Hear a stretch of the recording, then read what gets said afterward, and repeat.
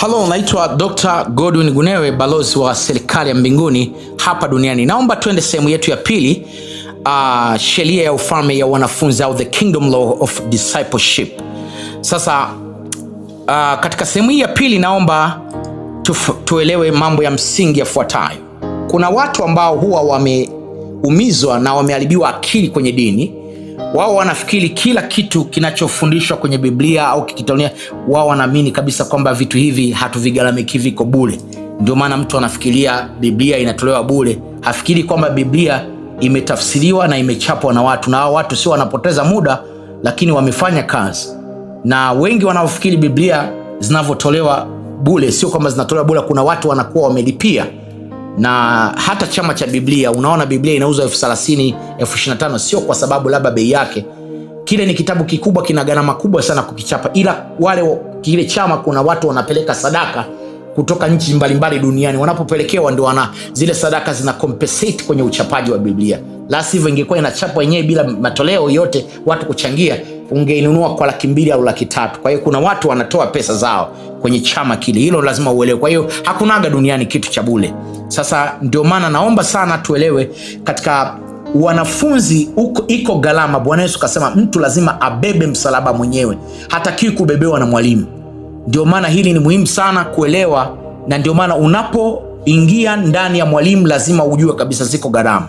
Naomba nieleze jambo la msingi kwamba habari njema ya ufalme ni bure, na hii ni fupi tu. Habari njema ya ufalme inaishia hapa. Mtu akisema jamani, ufalme umekwisha kufika, serikali imekwisha shuka duniani, inatenda kazi, hiyo ndio habari njema, ufalme imeishia hapo. Baada ya hapo sasa, mchakato unaofuata, mtu anaanza kusema sasa hii habari njema imefika, nafanyaje niweze kujifunza kwa undani? Ndio pale anapoanza stage ya pili ya kumtafuta mwalimu. Yule mwalimu sasa ndio anaingia agano jipya la mwalimu na mwanafunzi. Hapa sasa ndio gharama inapoanza kati ya mwalimu na mwanafunzi, kwa sababu manake ni kwamba kuna kosti za kuwa mwanafunzi. Ndio Bwana Yesu alizosema, mtu akitaka kuwa mwanafunzi wangu, kwa sababu kuhubiri, Bwana Yesu alihubiri habari njema ufalme ni kusema jamani, serikali ya mbinguni imelipa gharama, ufalme umekwisha kufika. Kwa hiyo saizi dunia, ufalme unatenda kazi. Hiyo habari njema imeishia hapo, unatoa habari news. Lakini kuna elimu ya ndani ya maisha ndani ya ufalme, hiko ni kitu kingine. Hiko ni kitu kingine, hapo kinahitaji mwalimu na mwanafunzi. Hayo ni agano la kimahusiano ambalo ni lazima alikugharimu, na ndicho alichosema Bwana Yesu, mtu akitaka kuwa mwanafunzi wangu kwanza lazima akubali kwanza kubeba gharama yeye mwenyewe. Yani misalaba yote alionayo, kila kitu alichonacho abebe mwenyewe, kwa sababu mimi siwezi kubeba yani tuseme kosti za mtu. Yeye Mfalme Yesu kabeba gharama ya kulipa kodi, kulipa alsamani, gharama ya kujenga ufalme na kulipa gharama msalabani, lakini kosti ya gharama ya kimwili unagharamika mwenyewe. Na ndio maana Bwana Yesu alikuwa akipokea sadaka na sehemu za 10, na Yuda ndio alikuwa mweka hazina, kwa sababu ile cost ya discipleship unagharamika mwenyewe. Ndio maana lazima ubebe msalaba mwenyewe, na hili lazima watu waelewe ili wasiwe wajinga. Watu wengi wamekuwa wajinga, wamedanganywa na kwenye dini, kwa sababu dini zimetengeneza mfumo wa ovyo, hasa wa missionari wa kizungu. Wameumiza watu akili na kuwafanya watu kuwa wajinga. Sasa naomba nikwambie kitu cha msingi sana. Afrika imeumia sana kwa sababu wamekaa kwenye mfumo unaoitwa mfumo wa kisocialism, mfumo wa kiujamaa. Hakuna mfumo hatari na wa kishetani kama mfumo wa kiujamaa.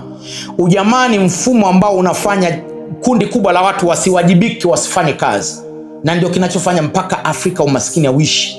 Afrika utakuta mfumo wa kiujamaa umewafanya wengine kubebwa na wengine, hata wengine kuumia zaidi ya wengine. Utakuta kwenye group au kwenye sehemu watu wako 500, alafu wanaumia watu 3, wengine wote wanakuwa wanajibana ili kukwepa gharama ya jambo fulani. Hilo kitu ndio kimeumiza kwenye dini, kimeumiza watu wengi sana. Na ndio ilivyo, utakuta grupu la watu 200, utakuta wanaumia watu 5, wengine wanajificha kwa sababu ya mfumo dhaifu wa kiujamaa. Kwenye nchi za kibepari lazima ugharamike wewe mwenyewe.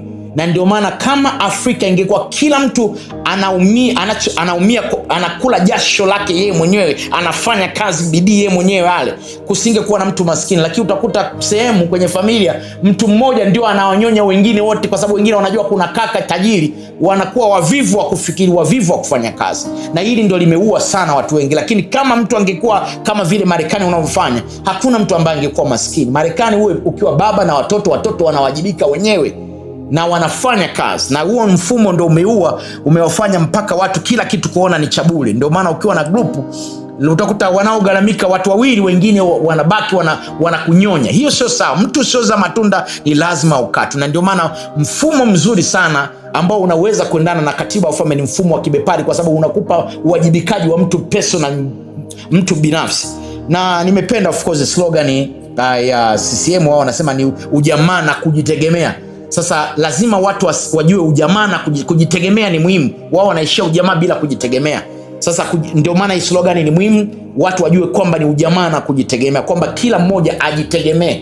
Mfumo wa kibepari unasaidia kumfanya mtu kugalamika yeye mwenyewe. Yaani akiona kitu hataki bure bure. Ndio maana watu wamezoea kutaka vitu bure bure, na ndio maana akili zimekufa za kiuzalishaji.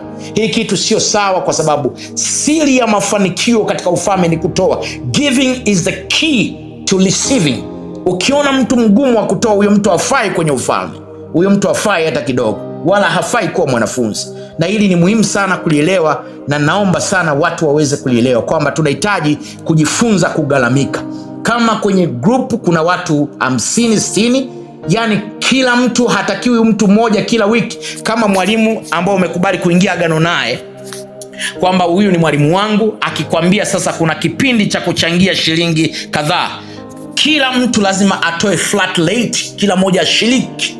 Sio mwingine anatoa afu wengine wanakaa tu pale wanakaa. Hiyo sio sawa. Hata mashetani hawafanyagi hivyo, hata wachawi hawafanyi hivyo. Manake wewe unakuwa mtu mbaya sana kuliko hata mtu mwingine. Yani wewe ufai kabisa, kwa sababu unawezaje kuachia gharama wengine, wewe ukaenjoy kufundishwa afu unatulia tu kama mdoli? Haipo kitu kama hiko. Hakuna mwanadamu ambaye anakosa kipato. Na ndio maana unakula. Hata mwanafunzi shuleni, watoto wa chekechea wakituma lete hela ya nini, wanapeleka. Wewe unashindwaje mtu mzima? Kitu kiko ni hatari sana. Ndio maana lazima tutengeneze mfumo wa kuwajenga watu wenye akili ndani ya ufalme, watu wanaojifunza kutoa ili kuweza kupata matokeo. Hilo ni muhimu sana. Sasa ukiangalia hapa Wagalatia 6:4 hadi 10 nasema, lakini kila mtu na aipime kazi yake mwenyewe, ndipo aweze kujisifu bila kujilinganisha na mtu mwingine, kwa maana kila mtu atauchukua mzigo wake mwenyewe. Mstari wa 6 anasema, basi yeye afundishwaye katika neno na amshirikishe mwalimu wake mapato yake. Anasema, unaona, amshirikishe mwalimu wake mapato yake. Unaweza kuona, yani kuna cost sharing, kuna sharing hapa. Kitu muhimu sana. Anasema, msidanganyike, Elohim haviakiwi, kwa kuwa kila apandacho mtu ndicho atakachovuna. Yeye anayewekeza katika mwili wake atavuna uharibifu. Kuna mwingine anawekeza kwenye mwili, hataki kuwekeza kwenye mambo ya ufalme, kujifunza. Elimu anaipata lakini hataki kuwekeza. Hataki kutoa sehemu ya 10, anatoa sababu zake. Hataki kufanya hiki. Mtu huyo atavuna mambo ya mwili. Lakini yeye anayewekeza katika maongozi ya Roho Mtakatifu, kupitia Roho Mtakatifu atavuna maisha yanayoendelea. Hivyo tusichoke katika kutenda mema, kwa kuwa tutavuna kwa wakati wake tusipokata tamaa. Kwa hiyo kwa kadri tupatavyo nafasi, na tuwatendee watu wote mema, hasa wale familia waaminio. Unaweza kuona kitu kama hiki. Kwa hiyo unaweza kuona katiba inaweka vitu vizito sana. Wakorintho wa kwanza 9:11 anasema, je, ikiwa sisi tuliwapandia mbegu ya kiroho miongoni mwenu, je, itakuwa ni jambo kubwa iwapo tutavuna vitu vya mwili kutoka kwenu? Kama wengine wana haki ya kupata msaada kutoka kwenu, sisi je, isingepasa tuwe na haki hiyo hata zaidi? Yani kama unaweza kumsaidia baba yako na mama yako, kampa chakula, na baba yako na mama yako amekuzaa tu, lakini msingi wa maisha unayapata kwa mtu anayekufundisha elimu ya ufalme. Huyu mtu ni mkubwa zaidi, kwa sababu huyu mtu anakufundisha maisha, lakini huyu amekuzaa. Sasa kama unaweza kumsaidia babako, mamako, mdogo wako, utawezaje kuweza kumsaidia au kumsupport mtu ambaye anafundisha habari ya ufalme na kila siku una appreciate na kufundisha? Ndio maana ifike wakati raia wa ufalme tuache ushetani, tuache uchawi. Hata wachawi wenyewe wanajua siri na wanafanya zaidi yetu. Kwa ndio maana lazima tuwe na akili kubwa ya kuelewa vitu kama hivi ni vitu vya msingi sana. Mtu anakupandia vitu vya roho, lakini kumpa vitu vya anakupandia vitu vya roho, lakini kumpa vitu vya mwili unaona ubaili. Jiangalie ni ushetani wa namna gani ulionao. Hivi vitu lazima tuvielewe la hiyo fahamu. Ndio maana ukisoma ile Mithali 23:23 inasema nunua kweli wala usiuze. Unaweza kuona anasema nunua kweli wala usiuze, pata hekima, maelezo na uelewa, ufahamu. Nunua kweli, manake kweli lazima you need to buy it, lazima ugalamike. Waebrania 13:17 inasema watini viongozi wenu na kujinyenyekeza chini ya mamlaka yao, kwa maana wao wapo makini sana kwa ajili yenu kama watu watakaopaswa kutoa hesabu. Watini ili kwamba wafanye kazi yao kwa furaha, wala si kama mzigo, la sivyo hivyo haitakuwa na faida kwenu. Unaweza kuona kama kuna mtu ambaye ni mwalimu wako, rabi wako wa ufalme, huyu mtu ndio anayekurecommend, na watu wengi hawajui kama kuna recommendation. Nataka nikwambie brothers and sisters, yani kama mimi ni mwalimu wako, mimi ndo nina uwezo wa kuzungumza na baba kukurecommend katika kila jambo. Believe me. Yani ni mimi nikisema baba huyu hamna, huyu ana utajiri lakini hautumiki kwenye ufalme. Nataka nikwambie hata mimi everything. Believe me. Kwa sababu mwalimu wako ndio ana uwezo wa kurecommend. Na mbingu inafahamu, kwa sababu kuna protokali. Hii ni nchi, ni ufalme. Hiyo ni muhimu sana kuelewa. Kwa hiyo jitahidi sana, ebu kunyenyekeza chini ya mamlaka ya hawa walimu wenu, na mwatii na wafanye hivyo kwa furaha, wala si kwa mzigo, ili la sivyo mtakosa. Anasema la sivyo haitakuwa na faida kwenu, manake mtapata hasara. Hii ni muhimu sana kuelewa. Sasa kwa kumalizia sehemu hii ni kwamba ni lazima tufahamu kabisa kuanzia sasa kwamba mtu yote anayekuwa mwanafunzi wa ufalme lazima akubali masharti ya ufalme ya kutembea. Kama kuna swala la kuchangia, wote lazima tufanye. Asiyefanya huyo hawezi kuwa mwanafunzi, manake hakuna mtu atakaye kubebea msalaba wako, utabeba mwenyewe. Kama unataka kujifunza ufalme, kukitokea kuna swala la kuchangia kitu fulani, lazima ufanye. That's cost sharing, is a blessing. Kama unaona ugumu, basi haina shida, ni nzuri ukajengua mapema, ukatafuta sehemu ambayo labda hawafanyi hivi, hawanani. Mimi nafikiri kwenye ufalme elimu iko clear kabisa, kwa sababu kwa mfano ukiangalia elimu ya ufalme tunajifunza kwa Dr. Bunewe. Mimi sijawahi kumuomba mtu chakula, kwa sababu chakula ninacho, chakula miaka 500. Lakini ninachowaambia jamani, naomba tusaidieni kwa ajili ya kusaidia kwenye kipindi. Na kwenye kipindi unachangia kwenye kipindi, na mimi nimekuwa nimefanya mwenyewe hivyo. Lakini pia kama kuna app, siombi kula, mimi sitaji kula. Yani kama mtu humchangii kula, anataka ufanye vitu vya ziada, unaona ugumu, think about it. Wewe ni mtu wa namna gani? Yani think about it. Kwa sababu hata ukienda kwa wachawi wanafanya zaidi, hata ukienda ni tamaduni ya duniani, mnapokuwa kwenye jamii kufanya kitu pamoja, it's a good thing. Sasa wewe ni nani? Who are you by the way? Kwa hiyo ndio maana ni lazima ujipambanue, tuone kwamba wewe ni mwanafunzi wa namna gani. Usielewa instruction. Hata kwenye vyuo, kwenye mashule tunaambiwa jamani, kuna pesa za kitu fulani unatoa, kuna pesa hivi unatoa, unaona. Kwa hiyo ni kitu cha kawaida kabisa kwenye maisha, sembuse kwenye ufalme ambao unapata elimu ya maisha makubwa. Kwa hiyo ndio maana yani mimi sina shida usipotoa sehemu ya 10 kwangu, wala sina shida. Wewe utaendelea kuwa mwanafunzi wangu, kwa sababu utawajibika mwenyewe katika hilo. Utaona matokeo, utaona jinsi matokeo yatakavyokuja kwenye maisha, utaona uchumi wako utakavyodidimia, alafu usije ukalalamika. Lakini siwezi kukutupa kwa sababu utoe sehemu ya 10. Utakuwa mwanafunzi wangu, ila vitu vingine vidogo vidogo hivi vya kuchangia bando kwenye group hivi lazima ufanye, kwa sababu hakuna mtu atakayebeba mzigo wako. Hayupo ambaye atakayeweza kubeba mzigo wako. Ujifunze alafu ukae kimya, it will never happen. Hii ni principle, ni kanuni ya ufalme. Bwana Yesu akasema mtu abebe msalaba wake. Na kwa kuwasaidia tu wale ambao wanafikiri labda sehemu ya 10 anaweza akampa mtu yoyote, yatima nani, ni uelewi. Na sio unafanya hivyo kwa sababu uelewi. Wengi mnafanya hivyo ni kwa sababu ya ugumu. Unaona kabisa huyu mtu simjui, nimpe sehemu yangu, hela yangu.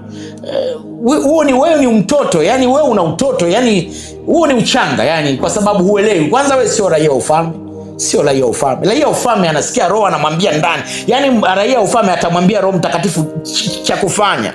Sasa wewe utakuta utoi kwa sababu wewe sio raia wa ufalme na una Roho ndani mwako, kwa sababu Roho angekwambia. Walio na Roho Mtakatifu wanajua kabisa wanatakiwa kufanya kitu gani.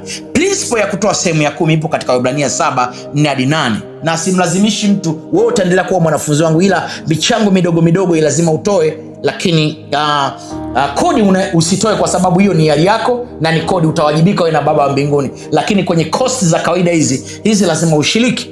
Waebrania 7:4-8 inasema, vitazama jinsi alivyokuwa mkuu, hata Abrahamu baba yetu mkuu alimpa 1/10 ya mali zake alizoziteka vitani. Basi sheria inawaagiza wana wa Lawi, wale ambao hufanyika makuhani, hupokea sehemu 1/10 kutoka watu ambao ni ndugu zao, ingawa wao ni wazao wa Abrahamu. Lakini mstari wa 6 anasema hivi, lakini ingawa huyo Melkizedeki uzao wake hauna mahusiano na Walawi, lakini alipokea 1/10 kutoka kwa Abrahamu na kumbariki yeye aliyekuwa na zile ahadi. Unaanza kuona amepokea sehemu ya 10 alafu akabarikiwa. Ametoa sehemu 10 alafu akabarikiwa. Unaona kwa nini kuna hii principle? Kusoma 7 anasema hivi, wala hakuna shaka kwamba mdogo ubarikiwa na yeye aliye mkubwa. Principle ni kwamba unapotoa sehemu ya 10 lazima uwe na mtu mkubwa unayempa aliye juu yako, mwalimu wako. Lengo hasa sehemu ya 10 inaambatana na kubariki. Yani lazima mtu atamke maneno kuidhinisha kwamba jamaa, mbingu, huyu mtu amekuwa mwaminifu kwenye kodi, kwa hiyo mimi namuidhinisha, kwa hiyo mbingu sasa mfungulieni huyu milango. Ndio hasa recommendation iwe iko hivyo. Na anasema hivi, wala hakuna shaka kwamba mdogo ubarikiwa na aliye mkuu kuliko yeye. Unaweza kuona, kwa hiyo ndio maana baraka zinahusishwa, mtu kutamkiwa baraka zinahusishwa na kutoa sehemu ya 10. Anasema kwa upande mmoja, sehemu 1/10 hupokelewa na wale ambao hupatwa na kifo, ambao ni wanadamu, wale walioidhinishwa walimu.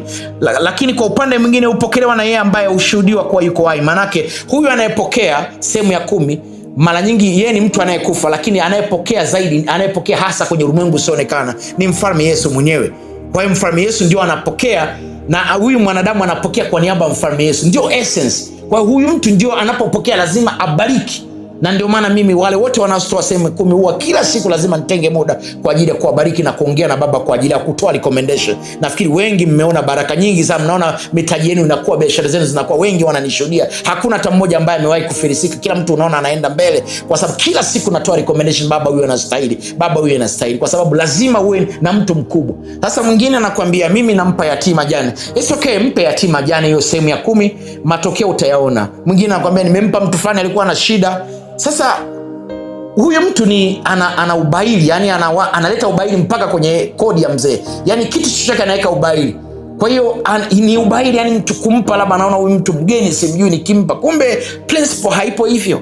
Principle ni kwamba sisi hatumtolei mwanadamu, tunamtolea Baba wa mbinguni. Naomba sana hili tulielewe, lakini pia hili pia linafanyika kwa wale ambao walio na Roho Mtakatifu, kwao iko clear. Ndio maana mimi sijawahi kumwambia mtu anipe sehemu ya 10, sijawahi kumwambia hata kidogo. Hakuna mimi mwanadamu nimwambia toa sehemu ya 10. Wote waliotoa sehemu ya 10 ni watu waliniambia wenye dokta, mimi nataka nitoe sehemu ya 10 kwako, na walitoa kwangu bila hata kumwambia. Hakuna. Na ndio maana mimi simwambii mtu anipe, ila wote wanaotoa sehemu ya 10 ni watu wenyewe wamejiongeza, na ninajua Roho Mtakatifu kawaambia, kawashuhudia, na wanapata matokeo katika jina la Yesu. Lakini kubwa zaidi sana, lazima mwanafunzi agalamike, abebe msalaba wake yeye katika gharama zote. Kwa hiyo kama tutajifunza WhatsApp bando, lazima wanafunzi wagaramike, sio mwalimu. Na kama kutakuwa na kitu chochote cha kufanya, mwalimu anapokuelekeza, lazima tushiriki pamoja, tufanye cost sharing ili tusiwaelemewe wengine. Wao wanatoaga, ni wakati wa kujifunza elimu ya ufalme. Mitaji watu inakuwa taratibu. Unaona, haiwezekani mtu mwingine mtaji wake upungue, wewe unakaa tu unasikiliza, unaenjoy, alafu utoe kitu, hiyo yeye haitakuwepo. Kwa hiyo lazima tugaramike katika jina la Yesu Kristo. Naitwa Dr. Gunewe. Kama una swali utaniuliza. Asante.